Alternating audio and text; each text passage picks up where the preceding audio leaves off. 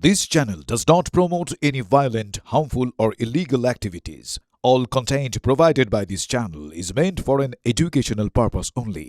স্কুলের মধ্যে হাতাহাতি, পড়ুয়া অশিক্ষক কর্মীদের মধ্যে চুলোচুলি, সোশ্যাল মিডিয়ায় ভাইরাল মালদার বামনগোলার জগদলা হাই স্কুলের ভিডিও। স্কুল সার্টিফিকেট দেওয়া নিয়ে গোলমালের সূত্রপাত। মহিলা অশিক্ষক কর্মীর অভিযোগ, এক প্রাক্তন ছাত্রের বর্তমান সংশোধিত নাম অনুযায়ী সার্টিফিকেট দাবি করে। অশিক্ষক কর্মী জানান, স্কুলের নথিতে যে নাম রয়েছে সেই অনুযায়ী সার্টিফিকেট দেওয়া হবে। এরপরই তার উপর চড়াও হয় কয়েকজন পড়ুয়া।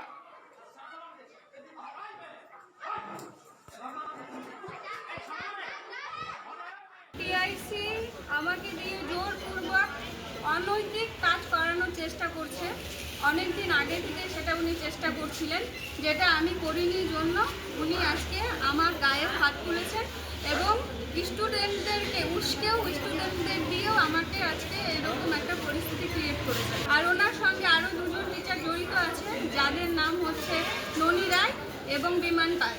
এবং দুর্নীতি বলতে স্কুলের সমস্ত প্রকারেরই দুর্নীতি আছে, মিড ডে মিল থেকে শুরু করে সম্পূর্ণ দুর্নীতি আছে ওনার বিরুদ্ধে।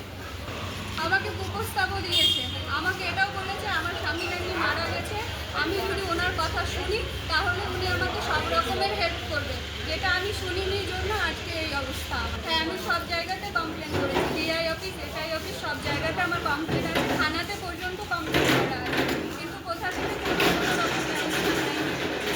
এরা টিএমসির নেতা, সেই কারণেই এদের এত প্রভাবশালী। স্কুলটা একটা প্রতিষ্ঠান, এটা হচ্ছে শিক্ষালয়। এখানে তৃণমূল বলে কোনো কিছু নেই, এখানে আমরা শিক্ষকতা করতে যাই, পার্টি এখানে হয়, পার্টিটা জায়গা। আমরা শিক্ষকতা করতে যাই এইটুকুটাই।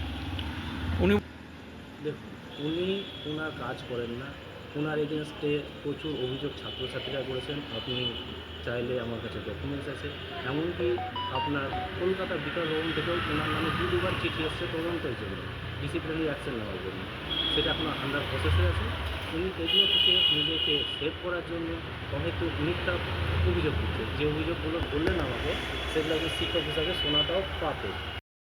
এই ঘটনার পুনরাবৃত্তি কিন্তু পশ্চিমবঙ্গে যাতে, বিশেষ করে মালদাতে না হয়, কারণ আমাদের সরকার ইতিমধ্যে কিন্তু কঠোর আইন ব্যবস্থা নিয়ে এসছে, যে গুন্ডা দমন আইন।